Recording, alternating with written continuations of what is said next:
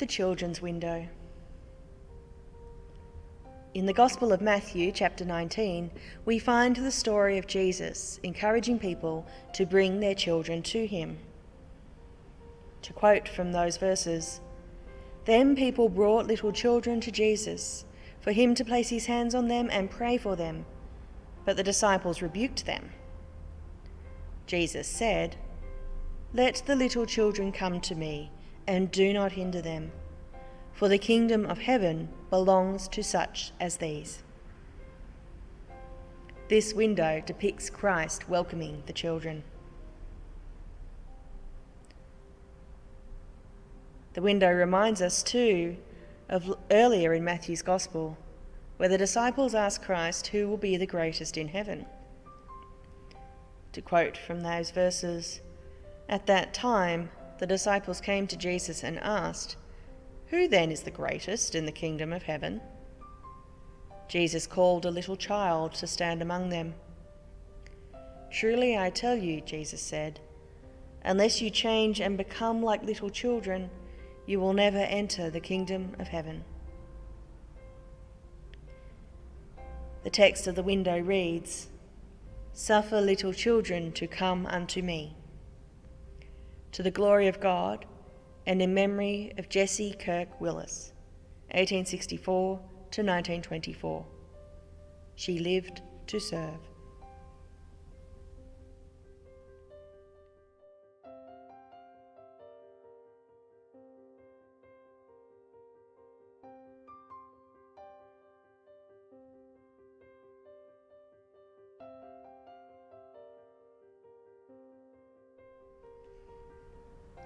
The call of the disciples window.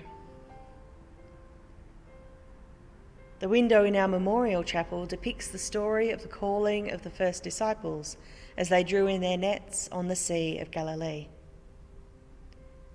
The account in Matthew's Gospel reads, "As Jesus was walking beside the Sea of Galilee, he saw two brothers, Simon called Peter and his brother Andrew. They were casting a net into the lake, for they were fishermen. 'Come, follow me,' Jesus said, 'and I will send you out to fish for people.' At once they left their nets and followed him." These verses encourage the faithful to follow their calling from God, to become servants following the principles taught by Christ throughout his ministry on earth. These would have been particularly significant words to the congregation and in a community focused upon fishing and shipping, as Williamstown was at the time of the installation of this window. The window was erected in memory of Louise Amy Brakes and Alice Maud Brakes. The text in the window reads, "Follow me, and I will make you fishers of men." The dedication in the left light reads, "To the glory of God and in loving memory of Louise Amy Brakes, entered into her eternal rest, 8th May 1945. The dedication in the right light reads, "In loving memory of Alice Maud Brakes, obit 15/12/59.